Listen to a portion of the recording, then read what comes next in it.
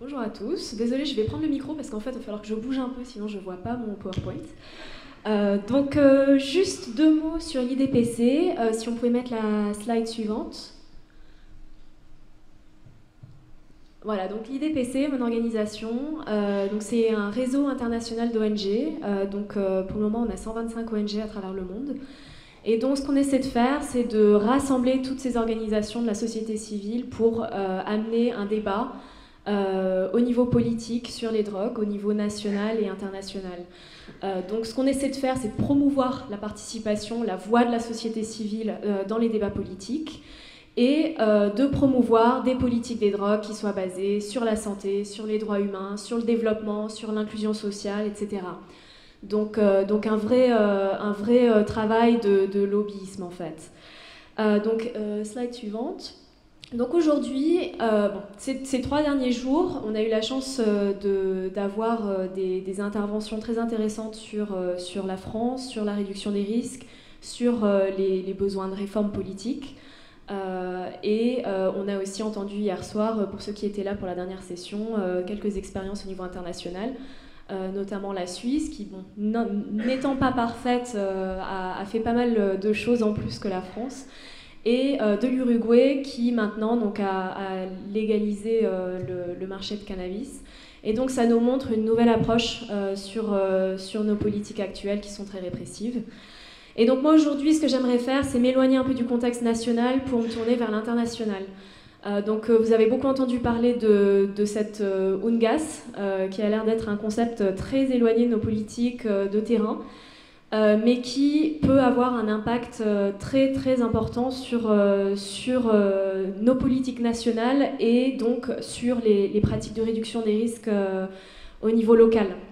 Donc je vais me centrer principalement là-dessus, expliquer ce que c'est que l'UNGAS, expliquer un peu d'où ça vient de manière historique, de manière politique, et voir un peu comment est-ce qu'on peut s'engager dans les débats. Avant de faire ça, j'aimerais vous expliquer un peu ce que c'est que notre politique internationale en matière de drogue. On en a parlé déjà lundi après-midi, mais est-ce qu'on peut revenir à celle d'avant, s'il vous plaît? Merci. Mais j'aimerais pouvoir mettre les bases sur ce que c'est que notre politique actuelle. Donc, comme on l'a dit lundi après-midi, on a en fait un système qui a 100 ans, qui a été initié en 1909 avec une conférence qui a eu lieu à Shanghai. Et donc à Shanghai, c'est une session qui a été instigée par les États-Unis, évidemment, pour des problèmes qui étaient liés à l'opium, qui devenait de plus en plus produit, de plus en plus consommé. Donc les États-Unis ont décidé de mettre en place une conférence internationale en se disant on ne va pas pouvoir gérer ça tout seul, donc il faut qu'on arrive à rassembler plusieurs États pour pouvoir mettre en place une politique de coordination entre nous pour gérer les problèmes de trafic d'opium. Donc par la suite, la première convention internationale sur l'opium a été adoptée à La Haye en 1912. Donc ça, c'était pour limiter la production et la consommation d'une drogue. Par la suite, après 1912, et je ne vais pas rentrer dans les détails parce qu'il y a tout un tas de conventions multilatérales qui ont été adoptées sur tout un tas d'autres drogues, notamment le cannabis, jusqu'à un point clé qui est 1961. Donc là, on va passer à la slide suivante. Donc 1961, c'est important parce que c'est la date de l'adoption de la Convention unique sur les stupéfiants, qui est en fait une convention qui a uni et remplacé toutes les conventions qui avaient été adoptées jusqu'ici. Donc cette convention a été complétée par la suite par 2 conventions, une convention 1971 et une convention 1988. Et donc l'objectif de ces conventions était très clair. Le premier objectif, c'était d'interdire l'offre et la demande en drogue pour usage récréatif. Le deuxième objectif, c'était d'assurer l'accès à ces drogues, à ces substances, pour des fins médicales et scientifiques. Et ça, c'est un objectif qui est souvent oublié dans notre système de contrôle. On en a aussi parlé pendant ces 2 jours. Et donc ce qui est important, c'est que ces conventions ont été adoptées, ratifiées par la grande majorité des États à travers le monde. Donc on a maintenant plus de 194 États membres des Nations Unies. Entre 184 et 188 États ont signé ces conventions. Donc on appelle ça un peu le consensus de Vienne. Je vous expliquerai pourquoi plus tard. Mais donc c'est quelque chose qui est important. Et on va passer à la slide suivante. Donc ces conventions ont été interprétées et au niveau international et au niveau national pour mener une guerre contre la drogue. Donc je ne vais pas rentrer dans les détails parce qu'on en a énormément parlé ces derniers jours. Et notamment, comme Fabrice le soulignait, une guerre contre les consommateurs de drogue, mais aussi une guerre contre les petits producteurs de drogue comme la coca ou l'opium, et aussi une guerre contre les populations vulnérables qui sont engagées dans les petits trafics, donc notamment les mules. Donc c'est quelque chose qu'on oublie un peu, et c'est vrai que dans le contexte français, on se centre beaucoup sur le consommateur, mais il faut aussi penser à toutes les populations vulnérables qui sont dans le marché des drogues et qui sont de manière beaucoup plus vulnérables à cause de nos politiques des drogues. Donc on va passer à la slide suivante. Et donc, je vais aller très rapidement là-dessus parce qu'on a parlé et reparlé des conséquences négatives de notre système de contrôle, mais pour en mentionner quelques-unes, donc on a eu quelques nombres qui ont été émis déjà là-dessus, mais donc maintenant on a un marché noir qui a une valeur quand même de 320 milliards de dollars, c'est pas rien. On a aussi eu une forte augmentation de tout ce qui est corruption, violence, donc notamment en Amérique latine.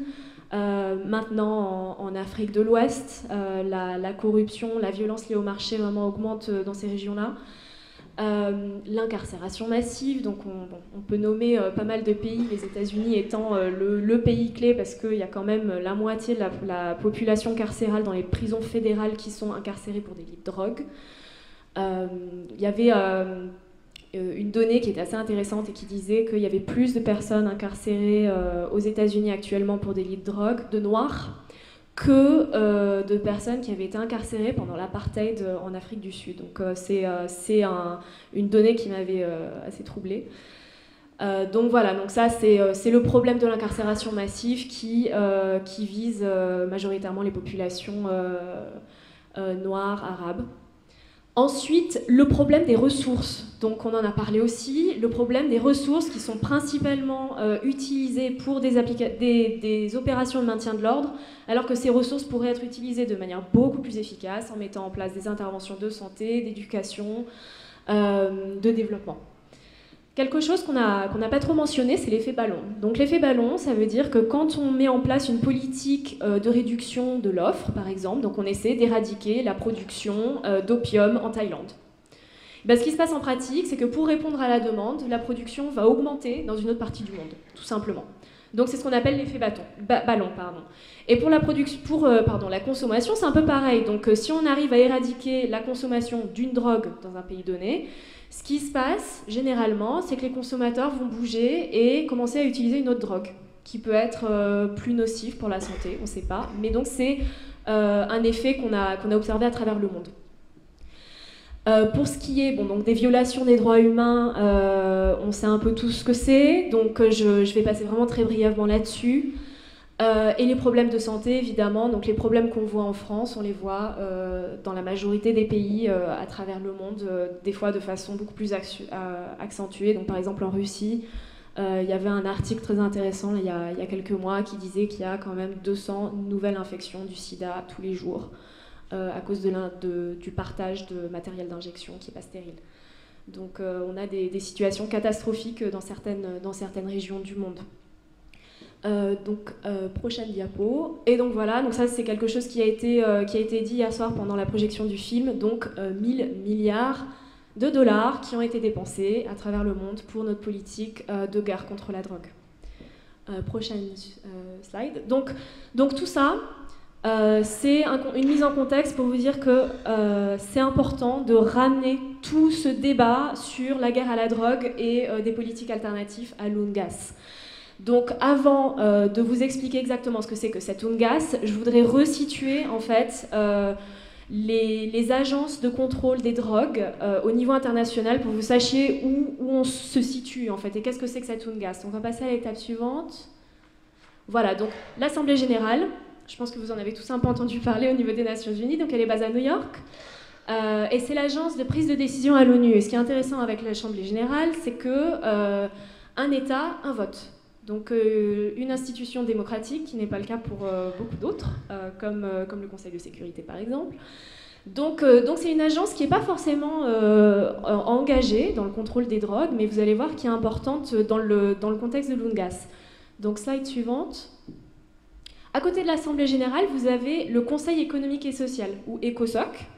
Donc ça, c'est une agence qui a aussi été créée par la Charte des Nations Unies, et qui est en fait chargée de tout ce qui est processus de débat et de prise de décision sur toutes les affaires économiques, sociales et environnementales. Et donc ce qui est important à savoir, c'est que ECOSOC a le droit de créer des agences spécialisées sur certains domaines. Et donc dans le domaine de la drogue, ECOSOC a créé la commission des stupéfiants, qu'on appelle la CND par ses sigles en anglais. Et donc la commission des stupéfiants, c'est une commission qui est super importante pour notre travail parce que c'est l'agence de prise de décision au niveau de la drogue. Donc vous voyez que là, elle est représentée par 53 États membres qui sont choisis de manière géographique, etc. Et donc ce qui est important, c'est que donc, la CND est basée à Vienne, comme toutes les autres agences de contrôle des drogues, et je les nommerai après, et elle prend toutes ses décisions, ses résolutions par consensus. Donc évidemment, ça veut dire que les résolutions qui sont prises sont très faibles, parce que ça veut dire que des pays comme l'Uruguay, la Suisse, la France prennent des décisions en consensus avec des pays comme l'Iran, la Chine, la Thaïlande, etc. Slide suivante. Donc là, vous voyez les autres organes. Donc un autre qui est très important, c'est l'organe des Nations Unies sur la drogue et le crime, ONUDC. Donc ça, c'est un organe qui est aussi basé à Vienne, et c'est un peu la face publique de l'ONU sur la drogue. Donc l'ONUDC produit des rapports, donc vous avez peut-être vu le rapport mondial sur la drogue, qui est un rapport que l'ONUDC produit chaque année. Et l'ONUDC offre aussi un soutien technique au gouvernement. Donc généralement, à Vienne, ils sont complètement déconnectés, ils sont très bureaucrates, etc. Mais au niveau local, dans pas mal de pays du monde, en fait, l'ONUDC a vraiment poussé pour la mise en place de services de réduction des risques, etc. Donc c'est une agence qui a pas mal de mauvais côtés, mais aussi qui peut avoir de très bons côtés et qui peut être un partenaire important pour nous sur le terrain. Une autre agence qui est très importante et qui est malheureusement très problématique, c'est l'organe international de contrôle des stupéfiants, ou OICS, donc qui a été mentionné par Olivier Maguet déjà. Donc cette agence, c'est une agence qui a été créée directement par le traité de 1961 et qui est l'agence de contrôle, de gardien des traités. Donc son rôle officiel, c'est de conseiller les gouvernements de manière objective sur la mise en œuvre des traités internationaux.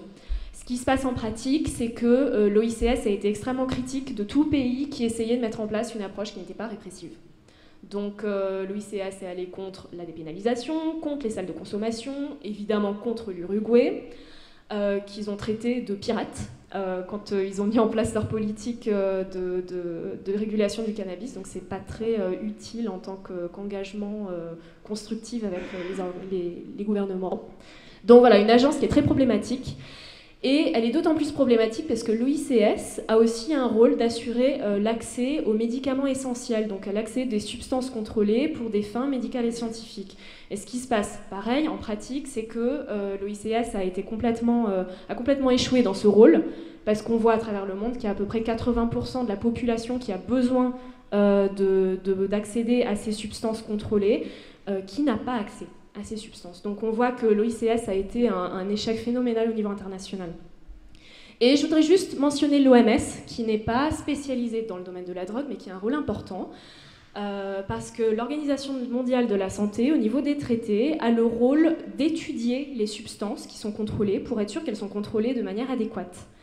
Le problème, c'est que l'OMS n'a pas reçu les financements adéquats pour avoir ce rôle. Donc ça veut dire que des substances comme le cannabis, comme l'opium, n'ont pas été révisées au niveau scientifique depuis des décennies. Donc ça aussi, c'est un problème super important, et donc l'OMS reste vraiment très à l'écart du système international de contrôle à cause notamment de la guerre à la drogue. Donc on va passer à la slide suivante, et on voit que là, donc on va se focaliser sur l'Assemblée générale. Donc l'Assemblée générale, on va passer à la slide suivante, elle peut organiser des sessions spéciales, donc à la requête des États membres de l'ONU ou à la requête du Conseil de sécurité. Et donc, vous voyez que depuis 1945, tout un tas de sessions spéciales ont été organisées sur plein de thèmes différents. Et donc, il y en a un qui nous intéresse particulièrement, slide suivante, c'est 1998, donc vous en avez déjà parlé. C'était la session spéciale l'UNGAS sur le problème mondial de la drogue. Donc slide suivante. Et comme vous l'avez mentionné, le slogan officiel de cette UNGAS, c'était « Un monde sans drogue, nous pouvons le faire ». Donc complètement déconnecté de notre réalité de terrain. Et donc slide suivante. En 2009, il y a eu une révision de l'objectif d'atteindre un monde sans drogue. Bien évidemment, le monde sans drogue n'avait pas été atteint, mais n'étant pas découragés, les gouvernements ont adopté une déclaration politique et un plan d'action donc, sur le problème mondial de la drogue qui relançait l'objectif d'un monde sans drogue, donc éradiquer ou réduire sensiblement le marché des drogues au niveau international. Et donc, comme en 1998, ils se donnaient 10 ans pour atteindre ce nouvel objectif. Et donc là, vous voyez que les thèmes qui étaient abordés, c'était la réduction de l'offre, la réduction de la demande et la réduction de la criminalité et du blanchiment d'argent associés au marché des drogues. Et donc, comme vous le voyez, la réduction des risques était complètement enlevée des débats. L'accès aux médicaments essentiels était complètement enlevé des débats aussi. Donc une approche de répression totale. En 2004, on a eu la révision des 5 ans des objectifs qui étaient établis en 2009. Donc, 2014. Donc en 2014, les États se sont réunis à Vienne pour discuter des succès, des échecs et de la voie à venir pour atteindre leur monde sans drogue. Et donc, pour la première fois, ce qui était très intéressant, c'est qu'il y a enfin eu des débats sur nos politiques des drogues. Il y a eu plusieurs pays qui se sont lancés pour avoir une approche beaucoup plus basée sur la santé, sur les droits humains. Donc notamment, on a eu l'Union européenne, on a eu la Suisse évidemment, et beaucoup de pays latino-américains, donc l'Uruguay, l'Équateur, qui étaient souvent très réticents à s'engager dans la politique drogue. Et donc là, vraiment, ils ont appelé à des politiques beaucoup plus donc de réduction des risques, d'expérimentation, etc. Le problème, c'est qu'ils sont confrontés à un mur vraiment très, très difficile à ébranler, donc de la Chine, de l'Iran, de la Thaïlande, qui ont refusé toute adoption de quelque politique différente que ce soit. Et donc finalement, en mars 2014, on a eu une nouvelle déclaration qu'on appelle une déclaration ministérielle jointe, et qui a été très... voilà, la même chose que d'habitude, donc un langage très flou, un langage très neutre, donc qui a été très décevant. Et donc, sur l'agenda officiel, donc si on regarde un peu ce qui devrait se passer, donc la prochaine réunion aurait dû avoir lieu en 2019. Donc pourquoi est-ce que maintenant on a cette UNGAS en 2016 ? Donc on va passer à l'étape suivante, et encore, voilà, donc en 2016. Donc en fait, 2016, c'est à la requête des présidents mexicains, colombiens et guatémaltèques qui sont réunis à un forum à Cartagena en 2012.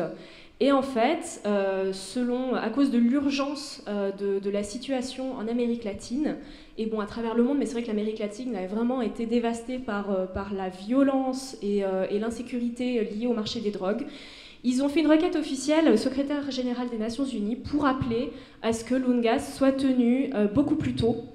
Et donc, cette requête a été en fait soutenue par 95 États, de l'ONU. Et donc, le secrétaire général de l'ONU a décidé de tenir cette UNGAS en 2016 au lieu d'attendre 2019. Et donc, ce qui est important, c'est que c'est une session de l'Assemblée générale, donc c'est pas de la CND. Donc, les décisions ne seront pas forcément adoptées par consensus. Et en plus, c'est quelque chose qui se passe à New York et non pas à Vienne. Donc, on va passer à la slide suivante. Et quand on regarde les discours politiques, au niveau national et international, on se rend compte que le timing est assez intéressant et parfait. Et en fait, ce qui est intéressant à se rappeler, c'est que le premier défi aux conventions internationales n'avait rien à voir avec le cannabis, ça avait à voir avec la feuille de coca. Donc en 2012, la Bolivie s'est retirée de la convention de 1961. C'est quelque chose qui s'était jamais passé pour les conventions sur la drogue, qui peut être commun pour d'autres conventions, mais sur la drogue, c'était le consensus de Vienne, on ne questionne pas. Et là, c'était fin 2011, début 2012, donc la Bolivie se retire des conventions et réaccède en 2013 avec une réserve sur la feuille de coca. Donc en fait, Evo Morales, qui est le président bolivien, qui est issu de populations indigènes, etc., a appelé à ce que la coca, donc production, commercialisation et consommation, à des fins traditionnelles et culturelles, puisse être légitime au sein de la Bolivie. Donc il faut quand même garder à l'idée que la Bolivie reste très prohibitionniste. Pour question droits humains, c'est très compliqué. Question trafic d'autres drogues, c'est très compliqué. Mais c'est vrai que cette approche au niveau des conventions internationales, c'était une première et c'était très intéressant. Et ça ne s'est pas arrêté là. Donc on va passer à la slide suivante. Et là, les États-Unis, donc Washington et Colorado, en novembre 2012, par référendum, adoptent des marchés de cannabis légalisés. Ça ne s'arrête pas là. On a tout un tas d'États à l'intérieur des États-Unis qui vont voter pour la mise en place de marchés réglementés du cannabis dans les prochains mois. Donc ça vaudra le coup de vérifier tout ça. Prochaine slide. Et ça, ce rapport. Donc ce rapport, je voudrais vous le mentionner parce que c'est un rapport de l'Organisation des États américains qui a été adopté en mai 2013. Et donc, en fait, il y avait 2 rapports qui ont été adoptés. Donc ça vient aussi du sommet de Cartagena en 2012. Les présidents mexicains, guatémaltèques, etc. ont fait aussi une demande pour que l'Organisation des États américains fasse une étude de la situation sur le continent américain. Et donc ce qu'ils ont trouvé, donc c'était 2 rapports. Le premier, c'est un rapport analytique qui est un peu technique et très long et qui analyse tout ce qui est production, trafic, consommation. Le deuxième rapport, et c'est celui-là, c'est un rapport qui offre 5 scénarios de possibles réformes dans la région. Et donc il y a un des scénarios qui est particulièrement intéressant pour nous et qui promeut la dépénalisation de la consommation de toute drogue, la réduction des risques et la réglementation des marchés de cannabis. Donc c'est écrit dans un rapport officiel de l'OEA, qui est quand même le continent américain où la guerre à la drogue est officiellement née et où, pendant des décennies, les gouvernements ont adopté une approche très répressive. Donc c'est pour ça que c'est vraiment un moment clé au niveau régional, international. Prochaine slide. Le cannabis en Uruguay, je ne vais pas m'y étendre, donc décembre 2013, donc le Parlement a voté pour la légalisation du cannabis. Et donc je voulais juste mentionner aussi l'impact de la Commission globale sur la politique des drogues, qu'on en a aussi beaucoup parlé ces 2 derniers jours, donc je ne vais pas m'étendre, mais c'est une commission qui est importante. Ils disent rien de nouveau. C'est des projets de réforme qu'on promeut depuis 25 ans. Mais le fait que ça vienne de personnes qui sont mondialement reconnues au niveau gouvernemental, ça a un impact. Prochaine slide. Donc nous, pourquoi est-ce qu'il faut qu'on se soucie de l'UNGAS? Pourquoi est-ce que c'est quelque chose qui est important pour nos politiques nationales, nos pratiques de terrain? Tout simplement parce que les politiques nationales sont extrêmement liées aux politiques internationales. Donc nos gouvernements, et à travers le monde, c'est pas que la France, ils prennent les conventions comme une excuse pour pouvoir mettre en place une approche répressive. Donc les conventions internationales et toutes les résolutions qui sont mises en place par la Commission des stupéfiants, ça a un effet direct sur nos politiques nationales et donc sur nos pratiques locales. Et alternativement, donc c'est un peu, on appelle ça en anglais two-way street, donc les politiques nationales alimentent les débats au niveau international. Donc là, c'est la première fois en 2014 qu'on avait eu un vrai débat. Et ça, c'est parce qu'il y a des changements au niveau national. Donc il faut vraiment essayer de lier le national à l'international à chaque fois. Et évidemment, le local aussi alimente le niveau national. Donc c'est vraiment un peu hiérarchisé, mais c'est toujours important et ça a un effet direct sur nos pratiques au jour le jour. Ce qui est aussi important, c'est qu'évidemment, le sida, les hépatites, les morts par overdose, ça ne pourra pas terminer tant qu'on n'aura pas mis fin à la guerre contre la drogue. Et l'UNGAS, c'est vraiment une opportunité pour pouvoir enfin, au niveau international, admettre l'échec de la guerre contre la drogue et pouvoir envisager une nouvelle politique. Donc on n'aura pas forcément une réforme des traités, etc., mais au moins on aura une réelle discussion sur des thèmes qui sont quand même très, très importants. Donc slide suivante. Donc les négociations. Donc maintenant, bon, c'est un peu technique, je suis désolée, j'espère que ce ne sera pas trop ennuyeux, mais je voudrais juste vous expliquer un peu où on en est dans les débats. Donc pour le moment, en fait, les gouvernements sont en train d'essayer d'établir quel sera l'UNGAS, de quoi est-ce qu'on va parler, etc. Donc le président de la CND, c'est un peu celui qui gère les débats pour le moment. Et donc, ils ont publié un rapport qui est très bizarre, qui s'appelle un non-paper. Je ne sais pas exactement ce qu'ils ont dit pourquoi ils ont mis un truc comme ça, mais enfin bon, donc son non-paper est en fait un document qui essaie d'initier les débats sur l'UNGAS. Donc d'ici à mars 2015, il y aura tout un tas de réunions de la commission des stupéfiants où les gouvernements vont discuter des modalités de l'UNGAS. Donc pour le moment, la proposition, ce serait la proposition de la mise en place d'ateliers de travail sur des thèmes clés. Donc les thèmes clés sont assez intéressants. Donc vous avez la santé et la drogue, la criminalité et la drogue, les droits humains, le développement, sciences et technologies et les jeunes. Le problème, c'est de savoir exactement ce sur quoi ils vont se baser dans ces thèmes principaux. Donc ça peut être un peu problématique. Quelque chose qui est aussi très problématique, c'est que le président de la CND, très subtilement, essaie de limiter les débats de l'UNGAS aux objectifs de la déclaration de 2009. Donc ça, c'est hyper problématique parce que ça veut dire qu'on se limite à l'objectif principal qui est éradiquer le marché des drogues. Donc nous, ce qu'on voudrait essayer de faire, c'est de pousser pour que justement les débats ne se limitent pas exclusivement à cette déclaration politique, mais que ça aille au-delà, vers un vrai débat visant des réformes. Et donc pour les résultats, on ne sait pas trop. On ne sait pas trop ce qu'on va avoir, on ne sait pas s'il y aura une nouvelle déclaration politique, s'il y aura un rapport des débats, on ne sait pas. Donc pour le moment, c'est un peu le flou artistique. La slide suivante. Quelque chose qui est très important, et on a poussé là-dessus depuis qu'on sait qu'UNGAS allait se faire, c'est la participation des autres agences de l'ONU. Donc on sait que les agences sur la drogue sont très problématiques, sur leur approche vis-à-vis des conventions. Donc ce qu'on aimerait faire, c'est avoir une approche beaucoup plus globale, en fait, au niveau de l'ONU, qui puisse enfin avoir un lien entre les agences sur la drogue et les agences sur la santé, les agences sur le développement, les agences sur les droits humains, etc. Donc le président de la CND a proposé la mise en place d'un groupe de travail qui s'appelle très subtilement le groupe de travail sur la criminalité organisée et le trafic de drogue. Donc on voit vraiment l'aspect santé là-dessus, mais enfin bon, c'est déjà un début. Donc là, ça engloberait donc l'ONU-SIDA, l'OMS, l'UNICEF et le PNUD, qui est le programme des Nations Unies sur le développement.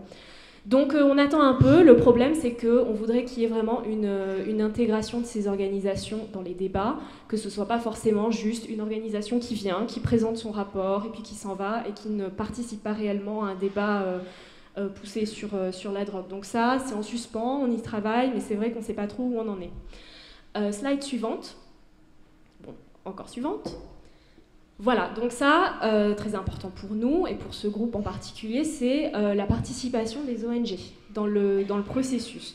Donc il faut savoir que les ONG, au niveau des discours sur la politique des drogues, et notamment à la commission des stupéfiants, c'était très limité. On s'est battu pendant 25 ans pour avoir juste le droit d'être dans une salle, le droit d'amener des documents sur les politiques des drogues sans se faire arrêter à l'entrée par les personnes chargées de la sécurité. Donc il y a eu beaucoup de choses qui se sont faites. Donc maintenant c'est beaucoup plus facile pour les ONG de participer à ces débats, mais on reste très observateur. On n'est pas intégré dans les discussions internes, donc c'est très compliqué. Et donc pour l'UNGAS, on voudrait vraiment qu'il y ait une participation significative des ONG.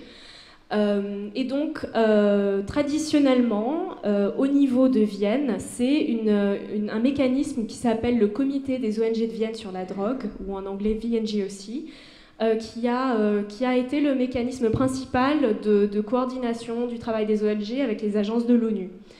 Mais le problème, c'est que le VNGOC, en pratique, est passablement orienté vers des politiques prohibitionnistes. Donc en fait, le problème, c'est que le VNGOC, c'est une organisation d'ONG, et la grande majorité des membres de VNGOC ont une approche de tolérance zéro à la drogue, donc très abstinence, etc. Donc nous, on a essayé au maximum ces dernières années de pousser les organisations de réduction des risques à joindre le VNGOC. Donc je vous encourage tous à rejoindre le VNGOC pour pouvoir rééquilibrer leur politique et leurs approches vis-à-vis de la drogue.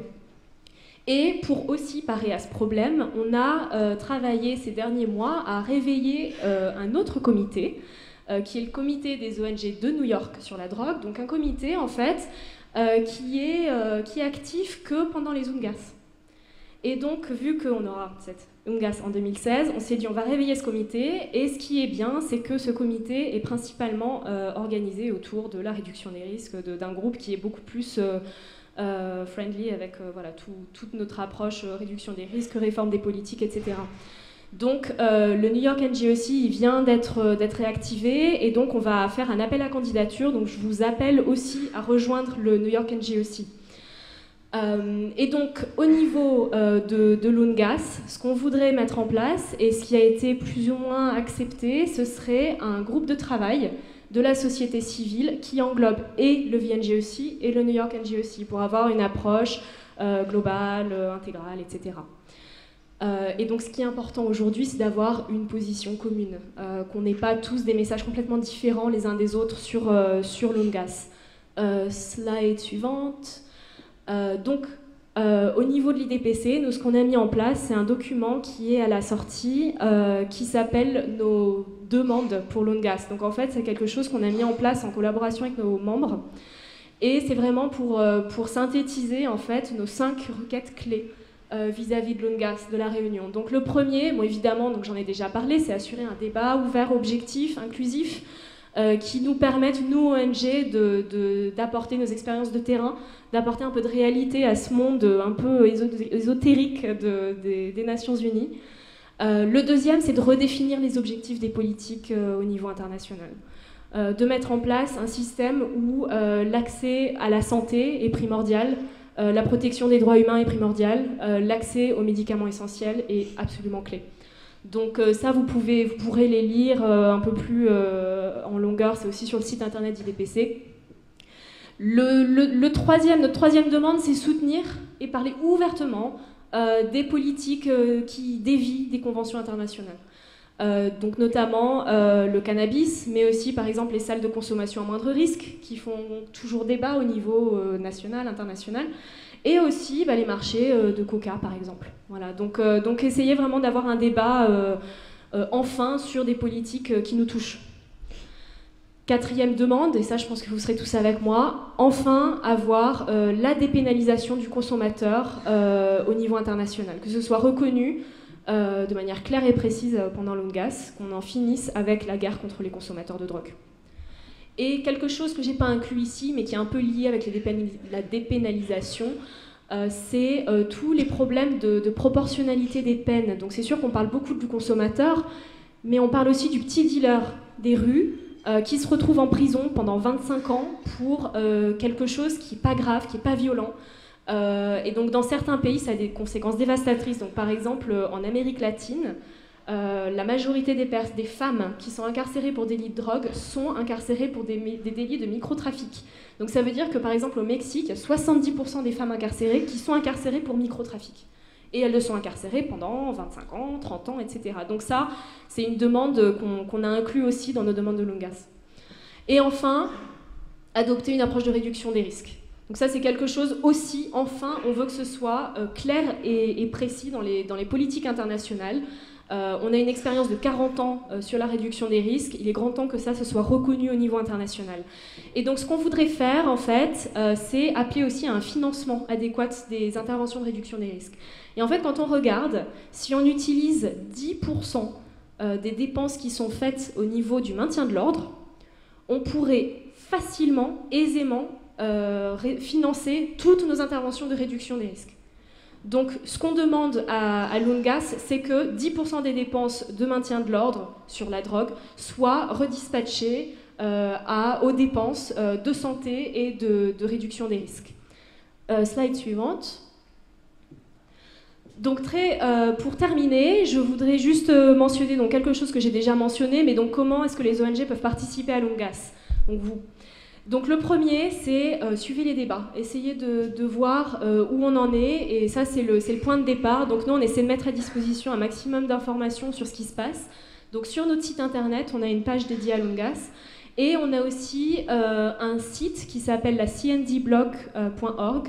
Et donc là-bas, en fait, sur ce site, malheureusement c'est en anglais, mais pour ceux qui parlent un peu anglais, on rapporte toutes les interventions, toutes les discussions qui ont lieu au niveau des Nations Unies.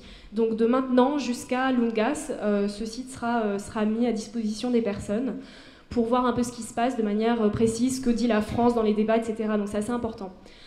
Un autre débat qui est important, c'est les objectifs pour le développement post-2015. Donc là, ils sont en train de négocier les nouveaux objectifs et la réduction des risques est complètement absente. Donc pour le moment, on ne sait pas exactement où en sont les débats, mais c'est vraiment problématique si on veut accéder à la fin du VIH d'ici 2030. S'il n'y a pas la réduction des risques, c'est quand même assez problématique. Donc je vous encourage à suivre un peu les débats. Évidemment, donc nous, on a mis en place nos demandes. Vous pouvez aisément les utiliser, mais utilisez vos propres demandes. Essayez d'évaluer ce que vous voulez qu'il se passe au niveau des Nations Unies. Qu'est-ce qui est problématique au niveau de la France? Qu'est-ce que vous voulez que la France mette en avant? Et donc, je vous encourage à développer vos demandes et à essayer de rencontrer les personnes locales, les personnes nationales, le gouvernement pour pouvoir parler de vos requêtes. Je sais que l'AFR, on va en parler après, mais ils ont tout un projet là-dessus, donc je vous engage à vous mettre en relation avec l'AFR pour pouvoir être sûr que vos requêtes atteignent le plus haut niveau politique. Quelque chose que j'ai déjà mentionné, donc rejoignez le VNGOC, rejoignez le New York NGOC, rien que pour recevoir les informations sur ce qui se passe. C'est aussi un mécanisme d'échange d'informations entre leurs membres, donc c'est toujours intéressant d'avoir ça, mais aussi pour être sûr que vos pratiques de terrain atteignent aussi ces deux organes, qui seront le mécanisme de coopération pour les ONG. Et enfin, vous en avez parlé, c'est diffuser des informations sur les débats. Essayez de montrer au niveau de la population, au niveau des médias, qu'il faut qu'on s'intéresse à LUNGAS, il faut qu'on essaie de mettre la pression sur le gouvernement pour pouvoir... leur dire voilà, c'est maintenant qu'il faut changer les choses. Donc, et ça, la pression de la population, surtout en France, on connaît, on est quand même assez révolutionnaire. Habitant à Londres, c'est quelque chose que j'apprécie énormément quand je reviens en France, c'est de voir autant d'activisme dans les salles. Et donc, il faut qu'on utilise ça pour LUNGAS. La slide suivante. Autre chose, et donc je vais y aller très brièvement parce que je sais que je suis un peu hors de temps, c'est vous engager dans les campagnes internationales. Donc là, je vais parler particulièrement de Support Don't Punish, c'est une campagne qu'on a développée il y a 2 ans.